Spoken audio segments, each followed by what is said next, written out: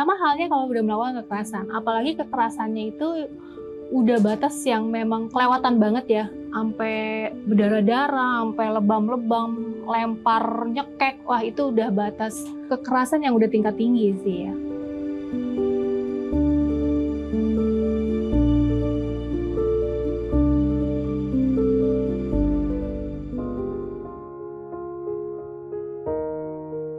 Iya, perkenalkan nama saya Siti Aminah Tardi, tapi biasa dipanggil Ami.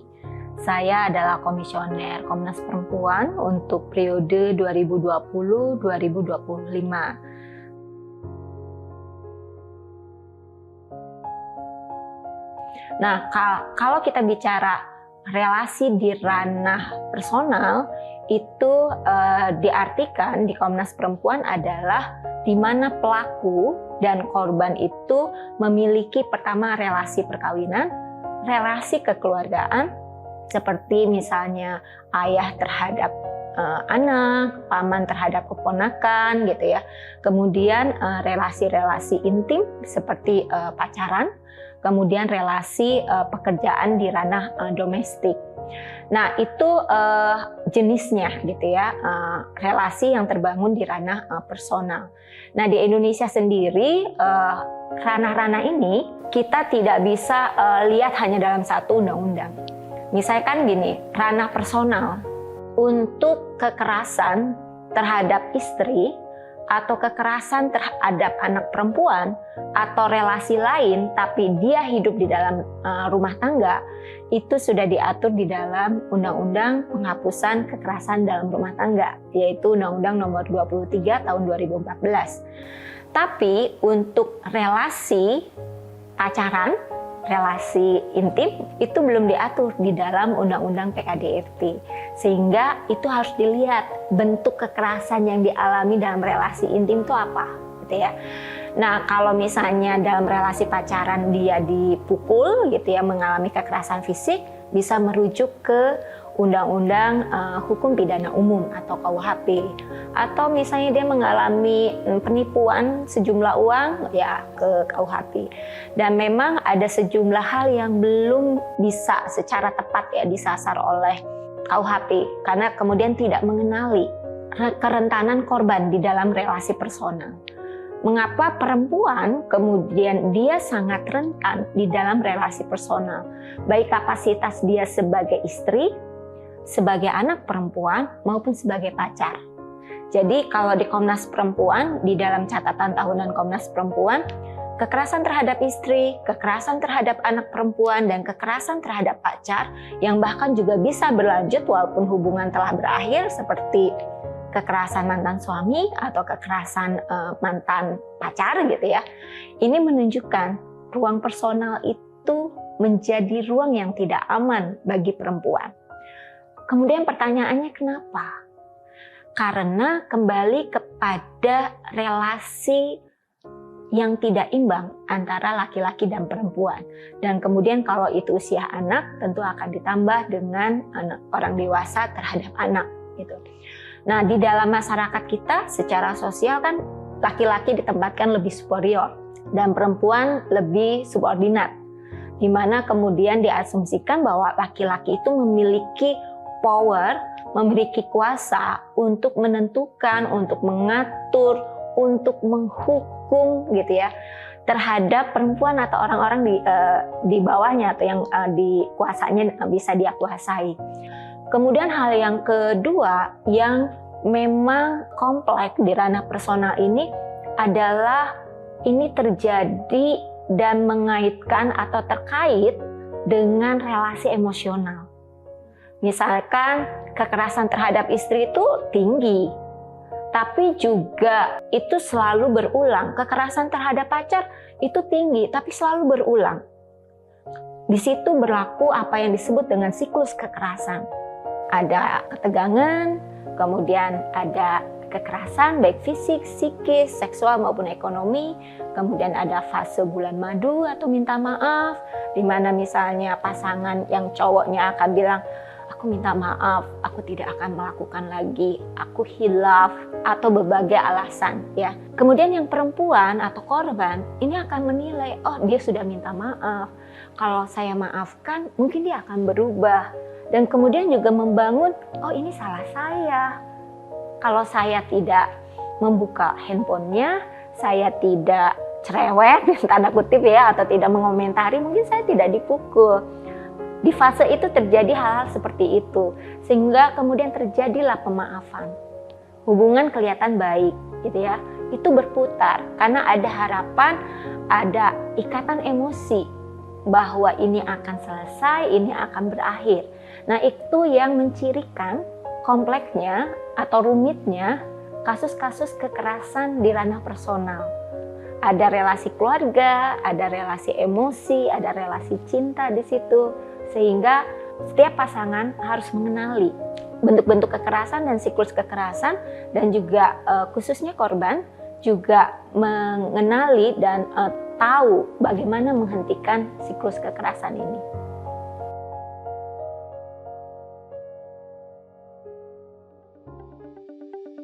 Sangat bisa. Jadi sebenarnya kenapa tadi kita munculkan istilah kekerasan dalam pacaran itu lebih untuk melihat relasi pelaku dan korban, gitu ya. Kalau yang KDRT memang kekerasan terhadap istri itu secara khusus ada aturannya. Bukan berarti ketika kekerasan di dalam pacaran itu tidak ada aturannya. Ada, tapi sifatnya lebih umum. Nah, tadi ada 4 bentuk kekerasan: fisik, psikis, seksual, dan ekonomi. Untuk kekerasan seksual, baik dalam relasi perkawinan maupun di dalam relasi pacaran maupun tidak ada relasi apapun gitu ya, di ranah publik atau dengan teman dan seterusnya, ketika itu terjadi kekerasan ya, tindak pidana kekerasan itu dijangkau oleh Undang-Undang Nomor 12 Tahun 2022. Dan juga sebenarnya Undang-Undang TPKS itu tidak hanya mengatur 9 tindak pidana yang baru, tapi dia juga melingkupi tindak pidana kekerasan seksual yang itu diatur di KUHP, di Undang-Undang Perlindungan Anak, dalam Undang-Undang PKDRT, juga dalam Undang-Undang Pornografi, juga di dalam Undang-Undang Pencucian Uang, dan Undang-Undang Tindak Pidana Perdagangan Orang. Yang artinya apa? Ketika korban tindak pidana kekerasan seksual berdasarkan pasal-pasal yang tadi, itu hak-hak korbannya merujuk ke Undang-Undang TPKS. Undang-Undang TPKS ini menjangkau beragam bentuk tindak pidana kekerasan seksual, baik yang diatur di dalam Undang-Undang TPKS maupun yang di luar Undang-Undang TPKS. Jadi kalau ada pertanyaannya, bagaimana kalau dalam pacaran misalnya ada perkosaan, apakah itu bisa dijangkau oleh Undang-Undang TPKS? Ya, itu bisa dijangkau. Namun kemudian dalam konteks pacaran, karena aparat penegak hukum, masyarakat, maupun mungkin kita sendiri, itu kita masih dipengaruhi oleh mitos-mitos tentang kekerasan seksual, masih dipengaruhi oleh gender stereotype. Misalkan, ketika seorang perempuan mengatakan, saya diperkosa oleh pacar saya, dia lapor ke polisi. Kerap kali ada pertanyaan seperti ini, Mbak kenal dengan pelaku? Iya, saya kenal. Apa hubungan Mbak dengan pelaku? Dengan dia gitu ya. Itu pacar saya. Maka kemudian secara simpel diartikan, ya kalau itu sama pacar berarti suka sama suka, bukan perkosaan. Karena kemudian kita belum sepenuhnya memahami apa itu sexual consent. Kita selalu mengatakan kalau itu suami istri, kalau itu pacaran, melakukan hubungan seksual itu konsen. Padahal tidak. Membangun relasi pacaran bukan berarti konsen melakukan hubungan seksual. Yang laki-laki ketika akan melakukan atau mengajak melakukan aktivitas seksual, pastikan dulu pacarnya ini usianya di atas 18 atau enggak, memberikan persetujuan secara penuh atau tidak, dalam artian tidak mabuk, tidak sedang ngantuk gitu ya, atau tidak sedang sakit, dan itu diberikan atau dinyatakan gitu ya. Itu yang secara kultur kita belum memberikan pendidikan bagaimana memberikan batasan dan bagaimana menyatakan ketidaksetujuan. Mengapa itu terjadi? Karena sekali lagi perempuan diposisikan subordinat. Perempuan dikatakan perempuan yang baik adalah perempuan yang diam, tidak mengekspresikan perasaannya. Dan juga perempuan selalu diarahkan perempuan manut sama suami maupun atau pacar atau laki-laki. Sehingga kalau pacarnya dibuai janji-janji misalnya nggak apa-apa nanti aku nikahin. Lantas dengan serta-merta karena perempuan itu juga di dalam masyarakat, kalau perempuan yang tidak menikah itu juga dinilai tidak baik oleh masyarakat, ketika dijanjikan, oh nanti juga saya dinikahi kok gitu. Tapi pertanyaannya apa? Nikah itu konsen kan? Tidak. Karena pemberian konsennya itu dipengaruhi oleh nilai-nilai yang menjadikan sebuah perkawinan itu sebagai tujuan utama. Sementara apakah benar dia bersedia melakukan hubungan seksual tanpa iming-iming seperti itu kan juga tidak. Nah, ini memang tantangan untuk bagaimana kita membongkar mitos kekerasan seksual dan gender stereotype.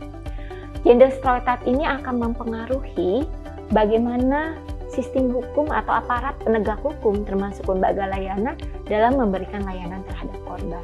Dengan misalkan kita kerap mendapatkan cerita atau pengaduan bagaimana korban justru ditempatkan sebagai pihak yang bersalah dari cara pakaiannya gitu ya, kemudian penampilannya, ada di mana, jam berapa gitu. Tapi hal serupa itu tidak pernah dipertanyakan kepada pelaku. Saya dalam beberapa atau dalam setiap pelatihan saya selalu mengujinya begini. Kalau perkosaan itu terjadi di kamar perempuan, kita atau aparat penegak hukum atau kita kebanyakan akan berpikir apa? Lintasan pertama. Kita akan bilang, oh perempuannya mengundang karena mengajak ke kamar. Saya balik, bagaimana jika perkosaan itu terjadi di kamar laki-laki? Selintas kemudian kita akan bilang, oh perempuannya yang nyamperin, perempuannya yang mau, perempuannya yang menggoda.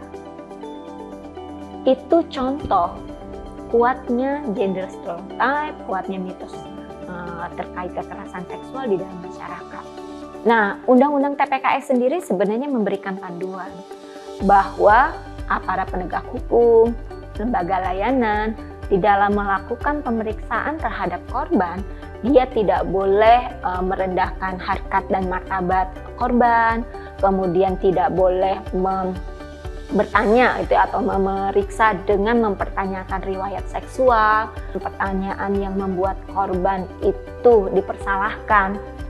Pasalnya ada, tapi tidak cukup hanya dengan ketentuan di dalam Undang-Undang TPKS. Membongkar cara pandang kita semua itu menjadi PR kita ke depan.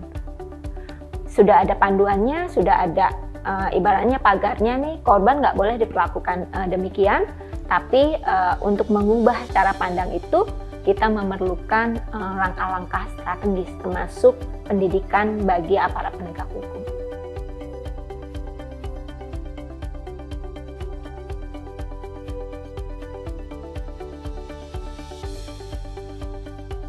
Apakah undang-undang tentang tindak pidana kekerasan seksual dapat disetujui untuk disahkan menjadi undang-undang?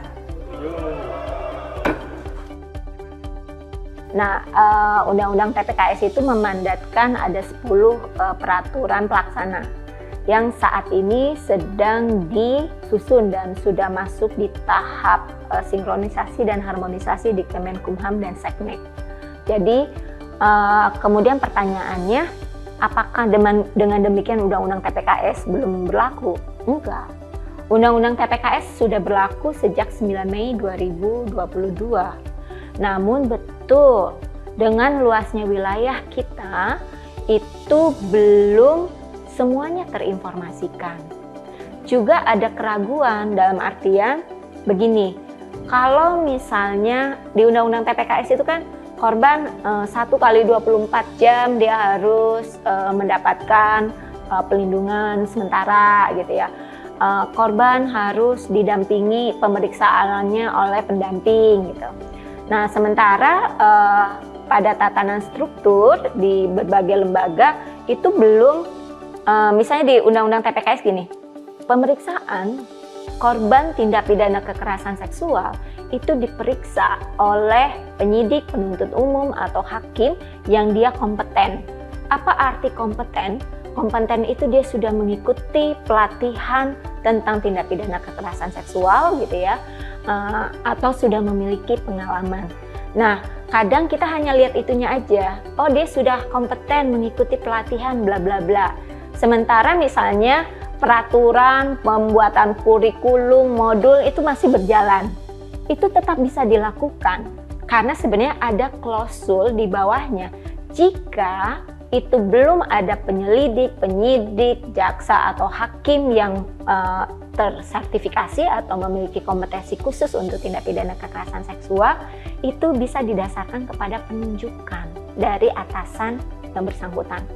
Jadi kalau misalnya konteks kepolisian, unit PPA itu mereka berdasarkan pengalamannya dengan sendirinya mereka bisa memeriksa laporan-laporan kekerasan terhadap perempuan. Jadi memang kalau dinyatakan belum semuanya iya, tapi bukan berarti tidak. Karena juga Undang-Undang TPKS sudah beberapa kasus ya yang sejauh kami pantau itu sudah diterapkan. Kemudian terkait dengan pendamping. Ada kekhawatiran kalau misalnya nanti saya periksa tanpa didampingi oleh pendamping, ini menyalahi hukum acara nggak sih? Kan gitu ya. Sementara misalnya belum semua daerah itu ada UPTD PPA-nya.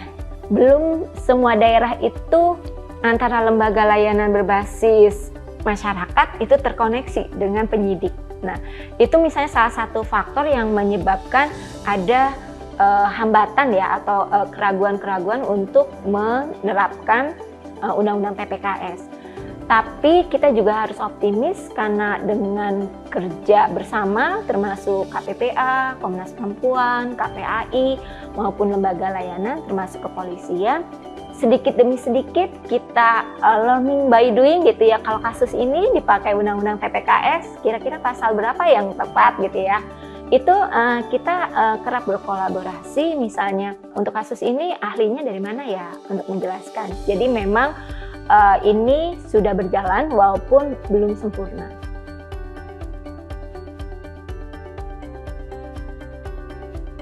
Iya, jadi Undang-Undang TPKS, saya selalu bilang ke teman-teman, dalam setiap ayat, setiap pasal dalam Undang-Undang TPKS, itu ada nama-nama korban di dalamnya. Saya bisa menyebutkan ini kasus mana, ini kasus apa, itu ada di Undang-Undang TPKS. Saya hanya ingin mengatakan bahwa Undang-Undang TPKS itu dihasilkan dari suara korban, dari korban yang berani menyuarakan pengalamannya. Dan kemudian Komnas Perempuan, lembaga layanan, termasuk KPPA melihat, oh ini suara korban, ini negara belum hadir loh, maka dibuatlah Undang-Undang TPKS.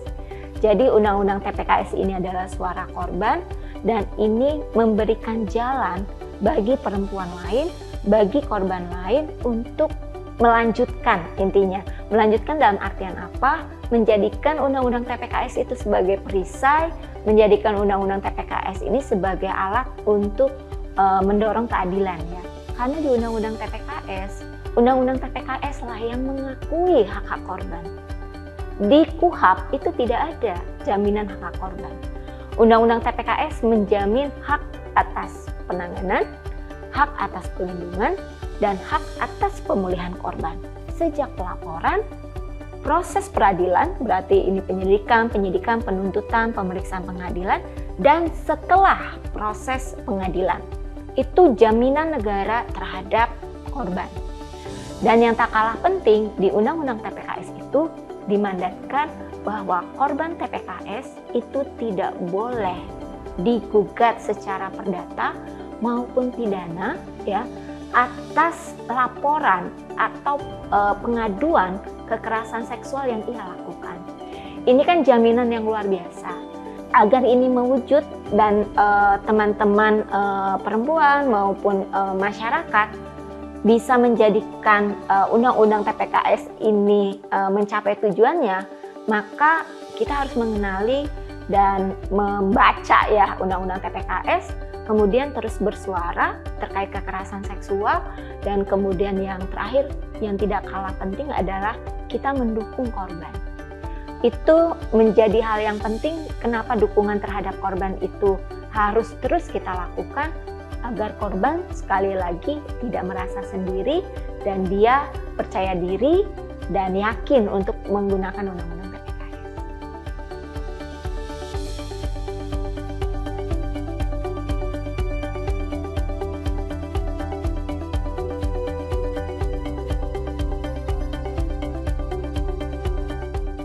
Itu ada irisannya. Kalau di Undang-Undang Penghapusan KDRT, jadi Undang-Undang Nomor 23 Tahun 2004, artinya ini sudah 19 tahun nih. Ini kan lebih dulu.